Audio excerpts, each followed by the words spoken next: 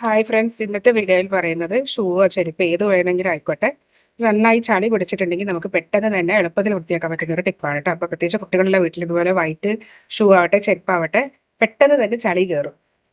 അപ്പോൾ നമുക്ക് പെട്ടെന്ന് വൃത്തിയാക്കാനൊരു ടിപ്പാണ് ഷെയർ ചെയ്യുന്നത്. അപ്പോൾ അതിനായി ഞാനിതാ ഒരു ബൗൾ എടുത്തിട്ടുണ്ട്. ഇനി ഇത് നമുക്ക് വേണ്ടത് അത് പേസ്റ്റ് തന്നെയാണ് കേട്ടോ. പേസ്റ്റ് ഏത് പേസ്റ്റ് ആയാലും മതി. കോൾഗേറ്റ് ഉണ്ടെങ്കിൽ കുറച്ചും കൂടി ബെറ്റർ ആയിരിക്കും കേട്ടോ. അപ്പോൾ കോൾഗേറ്റ് ഇല്ലാത്തവർ കയ്യിലുള്ള പേസ്റ്റ് ഏതെങ്കിലും ഒന്ന് എടുക്കാം കേട്ടോ. ഇനി അതിലേക്ക് നമുക്ക് വേണ്ടതെന്ന് പറയുന്നത് ഒരല്പം വിനാഗിരിയാണ് കേട്ടോ. ഏത് വിനാഗിരി വേണമെങ്കിലും എടുക്കുക. വൈറ്റ് വിനീഗറാണ് കുറച്ചും കൂടി നന്നായിരിക്കുക.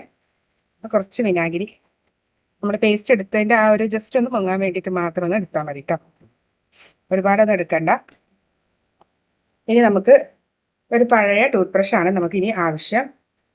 പഴയ ടൂത്ത് ബ്രഷ് കൊണ്ട് ജസ്റ്റ് ഇത് നന്നായിട്ടൊന്ന് ഇതിലൊന്ന് നന്നായിട്ടൊന്ന് വെച്ച് കൊടുക്കുക.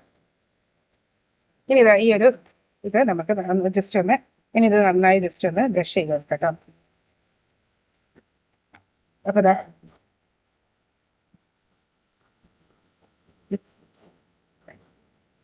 അപ്പോൾ അതാ നിങ്ങൾ ശരിക്കും കാണുന്നുണ്ടാവും. ഞാനിത് സ്ക്രബ് ചെയ്യുമ്പോൾ തന്നെ അതിൻ്റെ ആ ഒരു ചളിയൊക്കെ ശരിക്കും മാറുന്നുണ്ട്.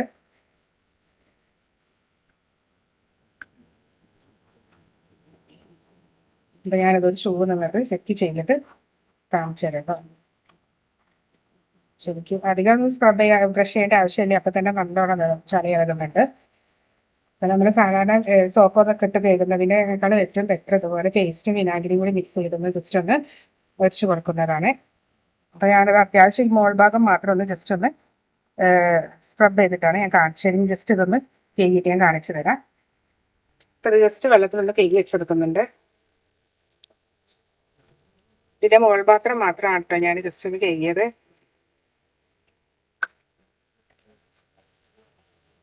അപ്പോൾ അതിൻ്റെ ഈ ഒരു മോൾ ഭാഗവും അതുപോലെ തന്നെ നമ്മൾ കഴുകാത്തതിൻ്റെ ആ ഒരു ഇത് കണ്ടാൽ തന്നെ നിങ്ങൾക്ക് ശരിക്കും മനസ്സിലാവും.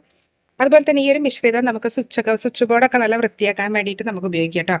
ഒരു പേസ്റ്റ് വെച്ചിട്ട് ഇത് അതുപോലെ ഒന്ന് സ്ക്രബ് ചെയ്ത് കൊടുക്കുകയാണെങ്കിൽ നമ്മുടെ സ്വിച്ച് ബോർഡൊക്കെ നല്ല ക്ലീൻ ആൻഡ് ക്ലിയർ ആവും കേട്ടോ. സ്വിച്ച് ഓഫ് ചെയ്തിട്ട് ചെയ്യണേ, പ്രത്യേകം ശ്രദ്ധിക്കുക.